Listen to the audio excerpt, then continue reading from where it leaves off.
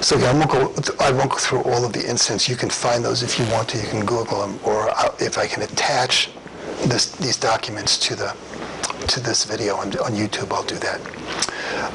The officers in the Denver Police Department tend to act like a peer group of adolescents. They have their in-group and decide on a situation-to-situation basis who is part of their clique and who isn't. Those who they decide are part of their clique often get their protection. Those who they view as outsiders like me are lumped together in an outside group. These people in their lives are deemed not worthy of the police protection.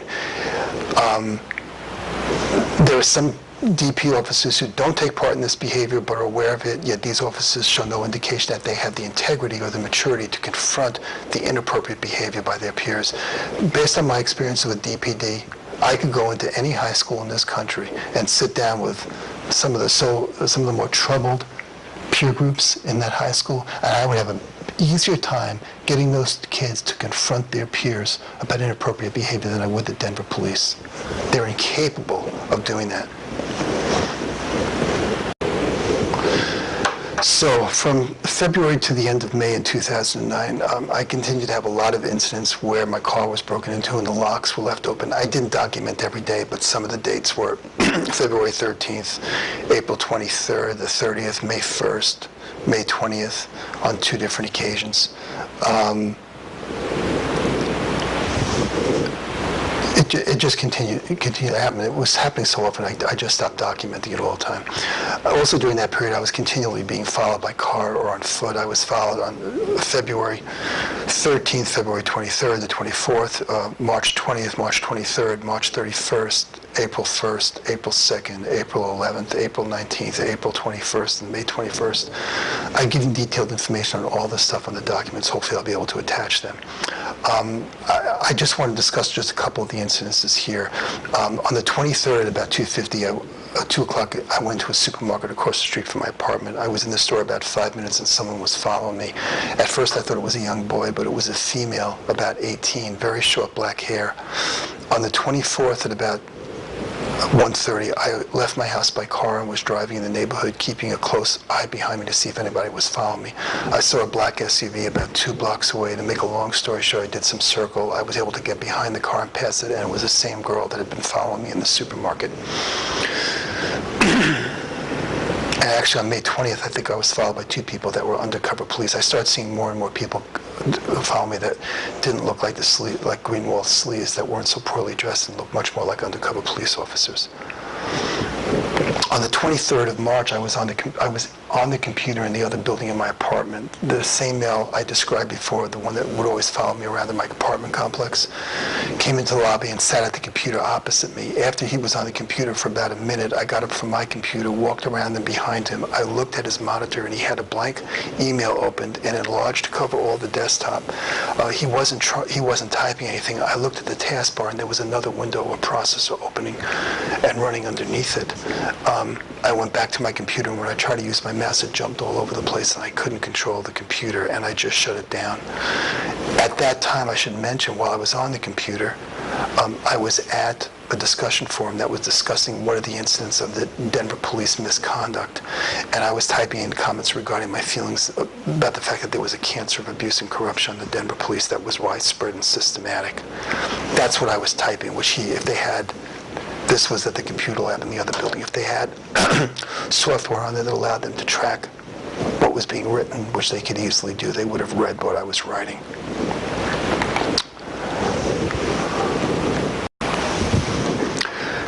So, let's see.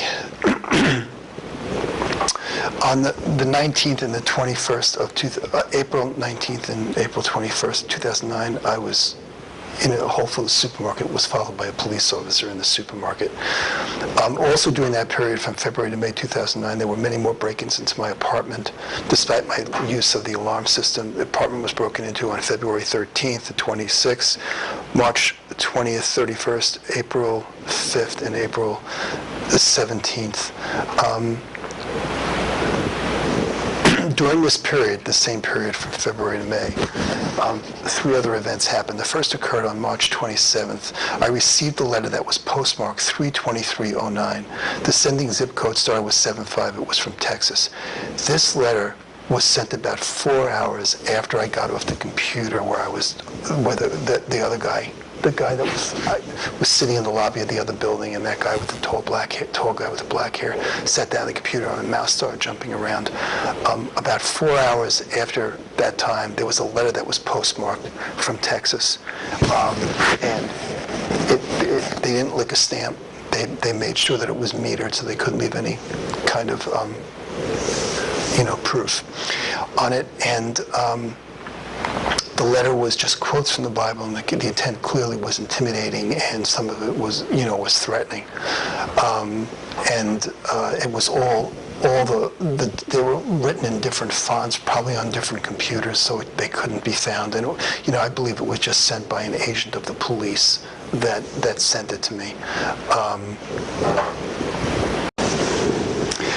Okay, so clearly the intent of the letter was anti-Semitic and threatening.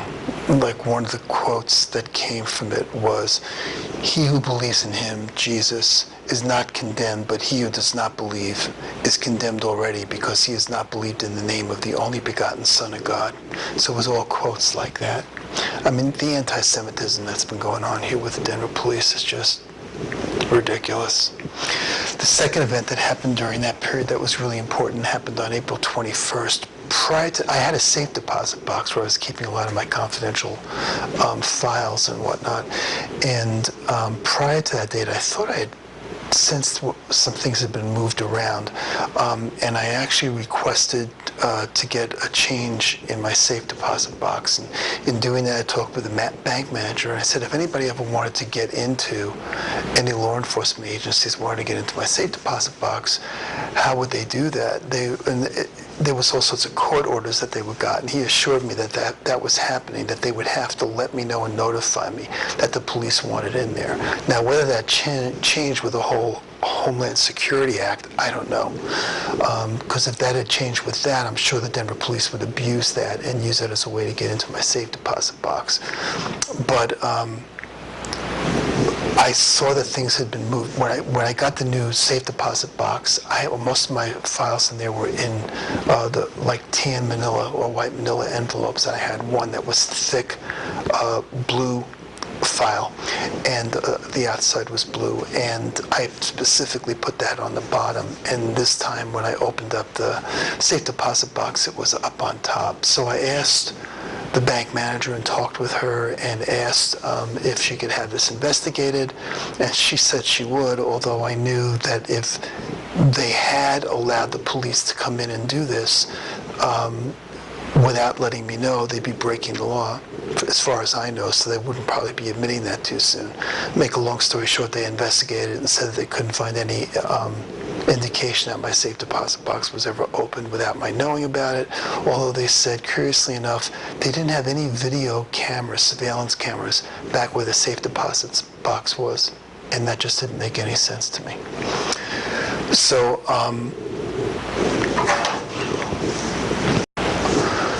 So the third event that occurred, and specifically the most important one during that time period, was on May 13th. Greenwald had started to throw a substance in to my clothing that would make my skin burn, my eyes burn, and turn me completely red.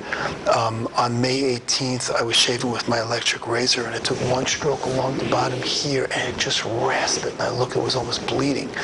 And I looked in the drawer where the electric shaver had been, and I just swept together a pile like this of sand. I sent it off to have it analyzed to the lab, and it was mason sand, which is a synthetic made sand that's very fine, that can seep through and absorb through and penetrate almost anything other than, a solid substance. It can get through plastic or whatever. And he started putting that on everything, on my clothing and on my bedding and my towels and all of my furniture. And, if you put it on leather furniture, you could get that off and clean it off, but anything that would absorb it, it was ruined forever. Water and actually trying to wash it, water just made it absolutely worse. And what was really interesting was the mark that my shaver made on me. To this day, if I take shaving cream and hot water and put it on there and then wipe it off, you can still see the mark going along here. That's how badly. It ripped my skin up. So he continued breaking into my car, but now when he was breaking into my car, he was throwing the mason sand in there as well. And I was wearing, I was constantly having to replace my clothing because it was getting filled with mason sand, and it was getting expensive. So I was going to Target and getting packages of 4 or 5 T-shirts. And so they were all crew neck T-shirts. And what happened was, because this part of my body my torso was covered, but this part wasn't, when I would take a shower and get out of the shower, I was completely red from here right on up, and it was very obvious. All in all, Greenwald did about $20,000 to $30,000 worth of damage. I ended up having to throw away all of my clothing and so much of my furniture.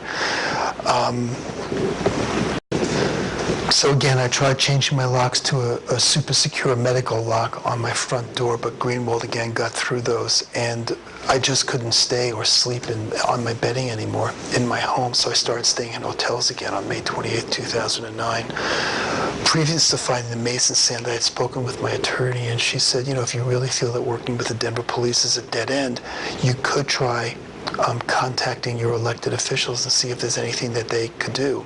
So I ended up, at the end of May, contacting the offices of both of my U.S. senators from Colorado, Bennett and Udall, my House Representative, Diane DeGette, my Colorado State Representative, Jeannie Robb, my Denver City Council Representative, Doug Linkhart, and the offices of Mayor John Hickenlooper and Colorado Governor Bill Ritter. Jonathan and Senator Benner's office refused to let me send it to him. He said this was a local matter and the senator dealt with the federal issues. He was very adversarial with me on the phone. It was almost as if he was expecting my phone call. I urged Jonathan to help me, and he got very defensive and said, "You're laying a guilt trip on me, and I don't appreciate it." I sent a copy of this to Robert Baumgarten in Diane DeGette's office, and she also said that it was a local matter and she only dealt with state issues. I spoke with Felix Ortiz at Denver City Councilman Linkhart's office. He said he would try to get the councilman to read it, but 2 weeks later he said the councilman was so busy he still hadn't read it, and that he would get back to me when he had read it, but he never got back to me. I spoke to Kate Zimmerly at Senator Udall's office. She said this was a local matter, but she wanted to send a copy of it to Governor Ritter's office, to the governor's advocacy office. I told her that would be okay. None of these representatives did anything to help me, but several of them did some things not only to hurt me, but to destroy me. Specifically, I spoke with Caitlin in Jeannie Robb's office. Without asking me, she sent a copy of the document to the commander of District 3, Chris Kroenke. She said, "I just can't believe so many Denver police officers would be doing this to you. It doesn't make any sense to me." And I said, "I didn't give you any permission to do that." And it was obvious to me that she never would have done that if Jeannie Robb hadn't okayed it and instructed her to do that. So in the meantime, I had hired another detective who was actually an ex-Denver police officer to start looking into some of this stuff.